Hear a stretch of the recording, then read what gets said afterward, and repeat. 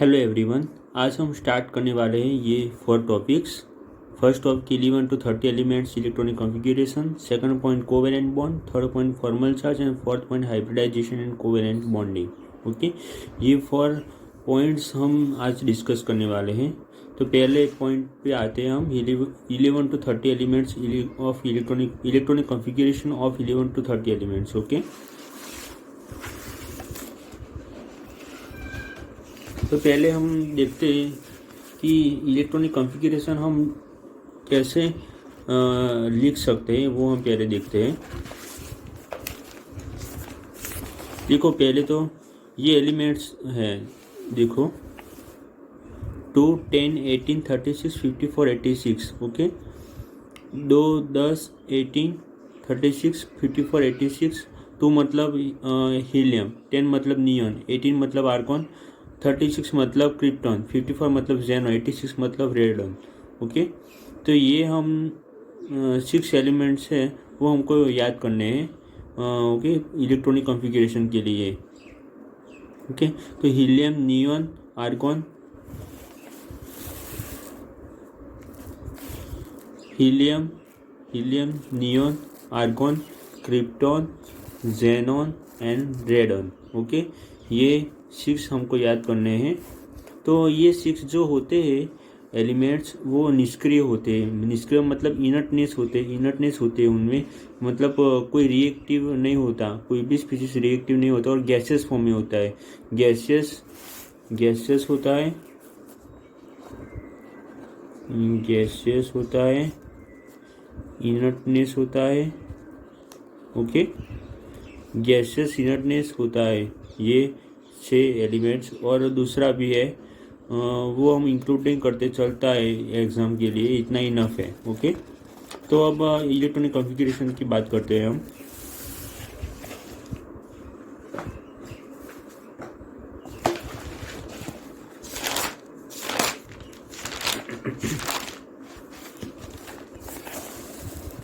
तो ये है इलेक्ट्रॉनिक कॉन्फ़िगरेशन हमारी।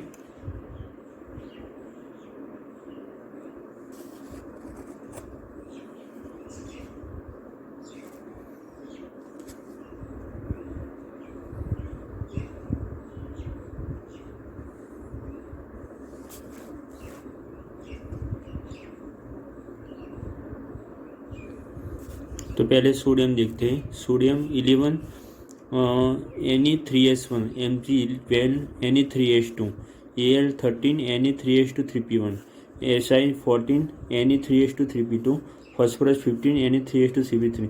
तो आपको मगज में आया होगा कि ये कैसा हुआ, ये कैसे क्या किया सर ने। तो देखो इसमें क्या होता है। तो पहले हम अगर ऑक्सीजन की बात करें, ऑक्सीजन में क्या होता है गैस, देखो ये ऑक्सीजन का हम लेते हैं। तो ऑक्सीजन का हम अगर ले, तो ऑक्सीजन, हीलियम पहले निष्क्रिय होता है, तो वो हमें कोर में लिख देना है, कोर में। ओके, कोर में लिख दिया हीलियम। फिर 2s2 2p4 आएगा, मतलब 2 इसके इलेक्ट्रॉन, 2 इसके इलेक्ट्रॉन और 4 इसके इलेक्ट्रॉन, 2 2 4 और 8 इलेक्ट्रॉन हो जाएगा। ओके, ऐसे हम सभी एलिमेंट्स को ऐसे ही हम कोर में ही लिखेंगे। पहले इनर्टनेस का फॉर्म आएगा, फिर कॉन्फ़िगरेशन आएगा, इलेक्ट्रॉनिक कॉन्फ़िगरेशन। और एक बात मैं रिवाइज कर देना चाहता हूँ गाइस, कि कल मैंने इलेक्ट्रॉनिक कॉन्फ़िगरेशन जो मैं आपको सिखाई थी, वो इलेक्ट्रॉनिक कॉन्फ़िगरेशन ही है। ये देखो, ये जो मैंने कल की थी, वो ये सब इलेक्ट्रॉनिक कॉन्फ़िगरेशन ही है, ये सब इलेक्ट्रॉनिक कॉन्फ़िगरेशन है। Okay,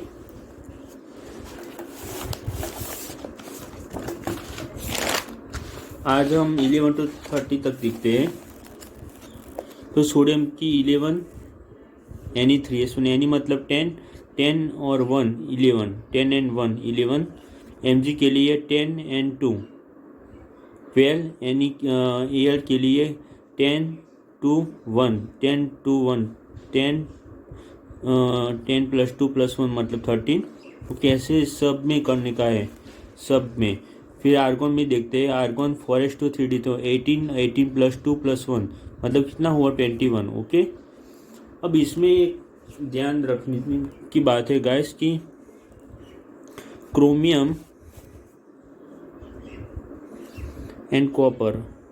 okay, chromium and copper, देख लो, क्रोमियम एंड कॉपर, ये दो की जो इलेक्ट्रॉनिक कॉन्फ़िगरेशन होती है वो थोड़ी डिफरेंट होती है। कैसे, तो मैं दिखा देता हूँ कैसे डिफरेंट होती है।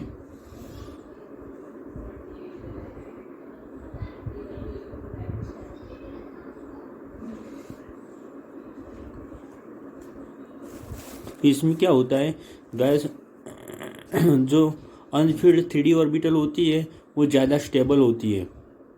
इसलिए क्या होता है गैस, इलेक्ट्रॉन्स फॉरेस्ट में फिल होने की बजाय 3D में फिल पहले होता है, फिर फॉरेस्ट में फिल होता है। जनरली कैसा होता है, पहले फॉरेस्ट में इलेक्ट्रॉन बढ़ने का होते हैं, फिर 3D में इलेक्ट्रॉन बढ़ने के होते हैं। बट क्रोमियम और कॉपर में क्या होता है, पहले 3D में इलेक्ट्रॉन बढ़ने के होते हैं, फिर फॉरेस्ट में, मतलब फॉरेस्ट में एक इलेक्ट्रॉन मैक्सिमम आएगा ही, पहले फॉरेस्ट में एक इलेक्ट्रॉन आपको डाल देना ही है। क्रोमियम की और कॉपर की बात कर रहा हूँ, देख लो, क्रोमियम और कॉपर में की बात कर रहा हूँ, आपको 3D में फॉरेस्ट में एक इलेक्ट्रॉन डाल देना ही है। एक इलेक्ट्रॉन डाल देने के बाद जितने इलेक्ट्रॉन बच रह जाते हैं वो सभी इलेक्ट्रॉन 3D ऑर्बिटल्स में डाल देने हैं आपको। ओके, ऐसा क्यों हुआ, मैंने कहा कि 3D orbital Anfield 3D orbital है, वो ज़्यादा स्टेबल होने की वजह से पहले वो फिलअप होता है, बाद में फॉरेस्ट फिलअप होता है। ओके, तो क्रोमियम और कॉपर की कॉन्फ़िगरेशन खास ध्यान में रखने की ज़रूरत है आपको गैस। ओके, नेक्स्ट देखते हैं कोवेलेंट बॉन्ड। टू एटम्स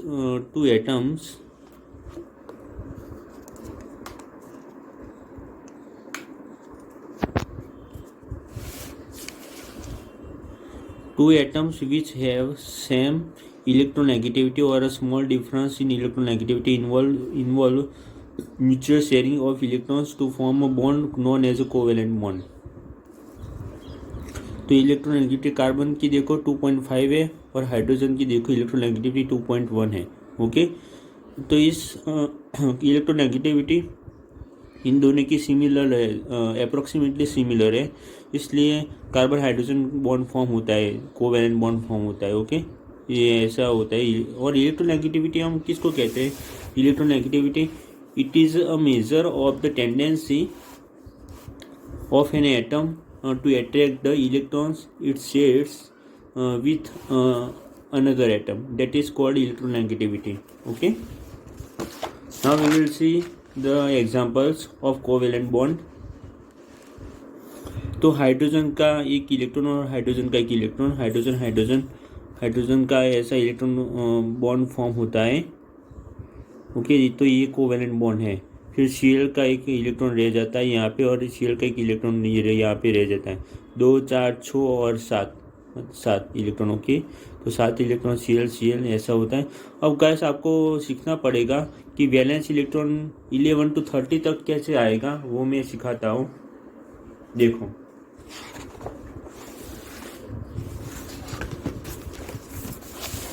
मैंने 1 to 10 तक तो सिखा दिया था वैलेंस इलेक्ट्रॉन कैसे हम देख पा सकते हैं। ओके, अब 11 to 20 के लिए बात करते हैं।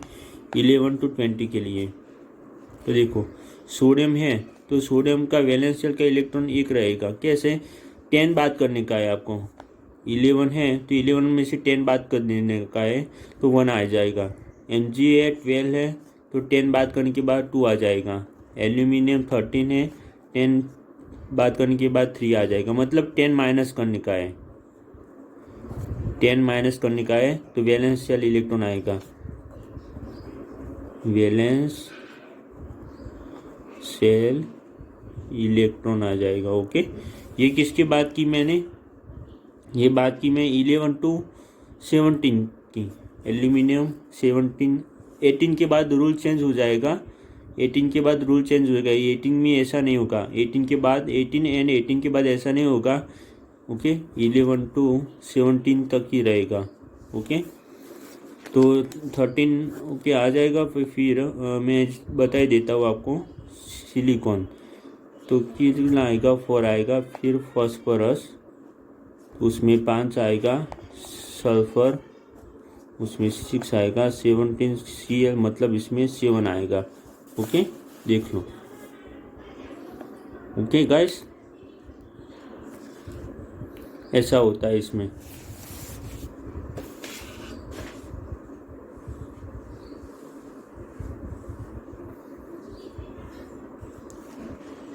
तो यहाँ पे देखो क्लोरीन है, तो क्लोरीन में 2, 4, 6 लुईस स्ट्रक्चर के हिसाब से मैंने ड्रॉ किया है।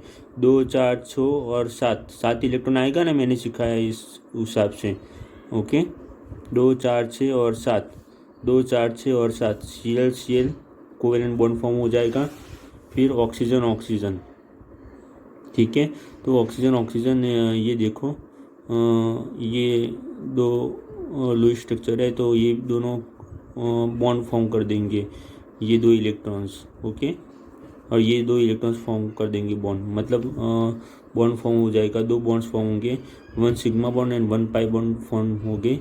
तो सिग्मा बॉन्ड और पाई बॉन्ड किसको कहते हैं मैं आपको सिखा देता हूँ बाद में। फिर नाइट्रोजन की बात करते हैं। नाइट्रोजन में 1, 2, 3, 4 1, 2, 3, 4 एंड 5 इलेक्ट्रॉन यहाँ पे। ओके, इसमें भी ऐसा है। नाइट्रोजन का लुईस स्ट्रक्चर देखा है ना, मैंने सिखाया था ना कल, ऐसा ही इसमें करना का है। ये 3 इलेक्ट्रॉन जो होते हैं हमको फॉर्म करने का है, मतलब बॉन्ड फॉर्म हो जाएगा। कार्बन में भी ऐसा होगा।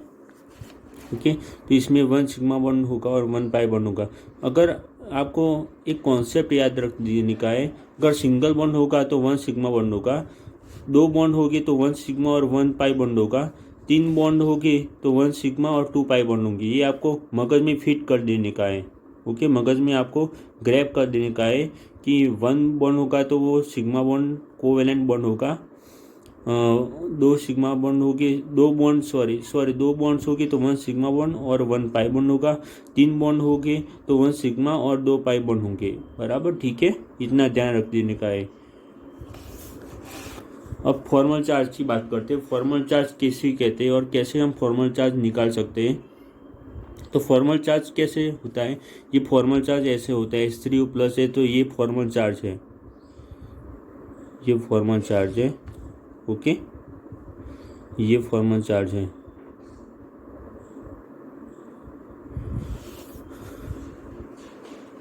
हम फॉर्मल चार्ज इसको देख के हम कह नहीं सकते डायरेक्टली कि ये +1 है, ये -1 है, हमको निकालना पड़ेगा फॉर्मूला के साथ। तो कैसे निकालते सकते हैं, देखो ये रही फॉर्मूला, फॉर्मल चार्ज की फॉर्मूला देख सकते हैं। Formal charge is equal to number of valence electron in isolated oxygen atom minus number of valence electron in oxygen atom in the Lewis structure. ये फॉर्मल चार्ज इन H3O+ देखते हैं, 6 - 5 = 1। तो formal charge H3O+ में देख सकते हैं। तो number of valence electron in oxygen isolated oxygen atom, isolated oxygen atom मतलब आइसोलेटेड अलग से, उसमें कुछ भी नहीं होता, ऐसा ऑक्सीजन एटम देखो, ऐसा oxygen atom 1, 2, 3, 4, 5, 6। Okay, simple oxygen atom, उसका लुईस स्ट्रक्चर देखिए तो ऐसा होता है, और इलेक्ट्रॉन्स देखिए तो कितना होता है 1, 2, 3, 4, 5, 6। तो 6 हो गया। और क्या कहा है दूसरे में, क्या बात करने का है, number of valence electron in oxygen atom in the Lewis structure, Lewis structure में बात करने का है। ओके, तो H3O+ का है ना, तो प्लस आया है। Okay, number of valence electron in oxygen atom in the Lewis structure.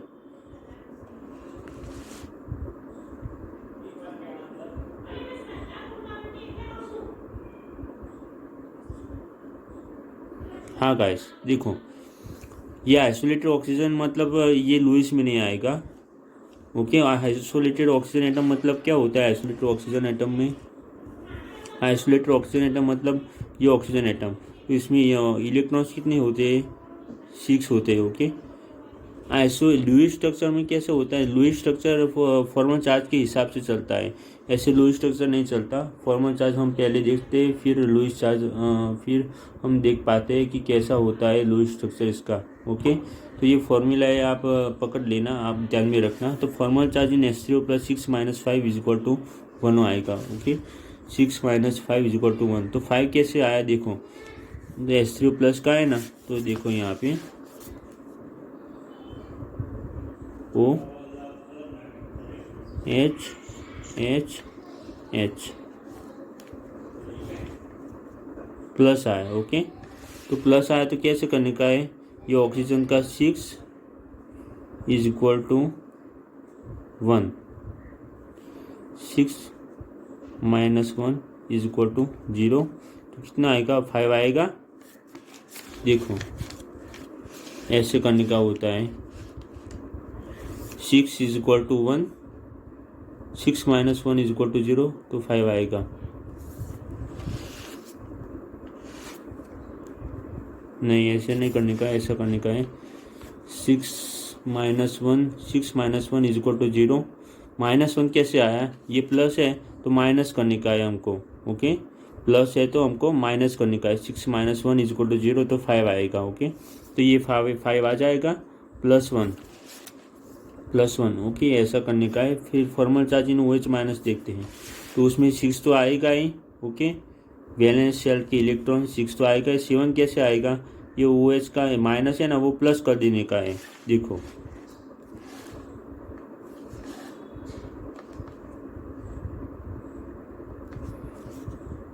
Six plus 1 minus का जो होता है वो प्लस कर देने का है, इज इक्वल टू 0, 7 आएगा। ओके,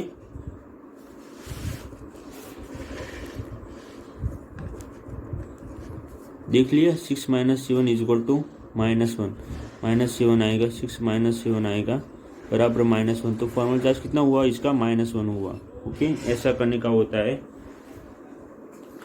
फिर हम देखते हैं concept of hybridization and covalent bonding. Concept of hybridization and covalent bonding, sp3 hybridization पहले देखते हैं। तो कार्बन की ग्राउंड स्टेट हम अगर देखें तो कैसी होती है कार्बन की ground state,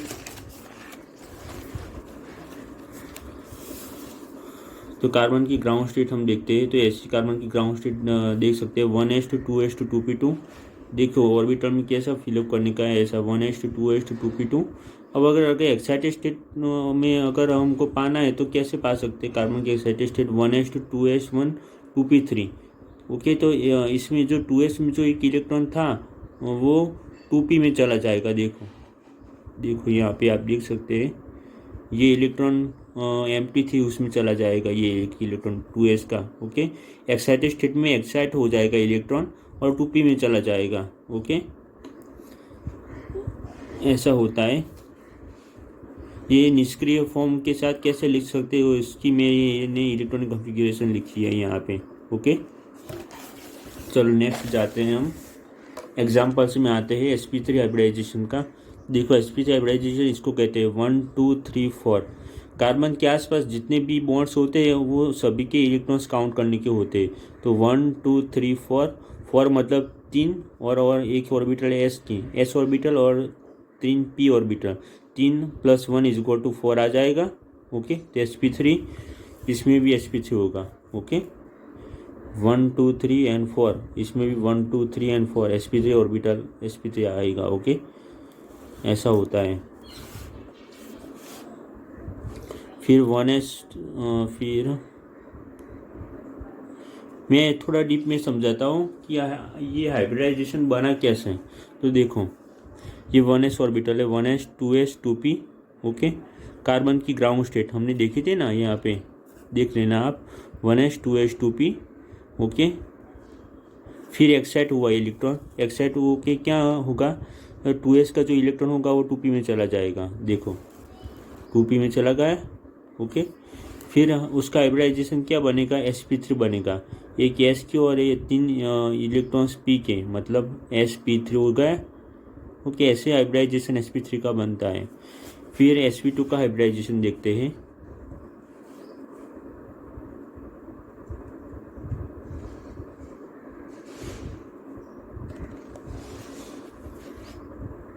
one H 2s 2p, excitation of electron, excitation of electron forms 2s to 2p।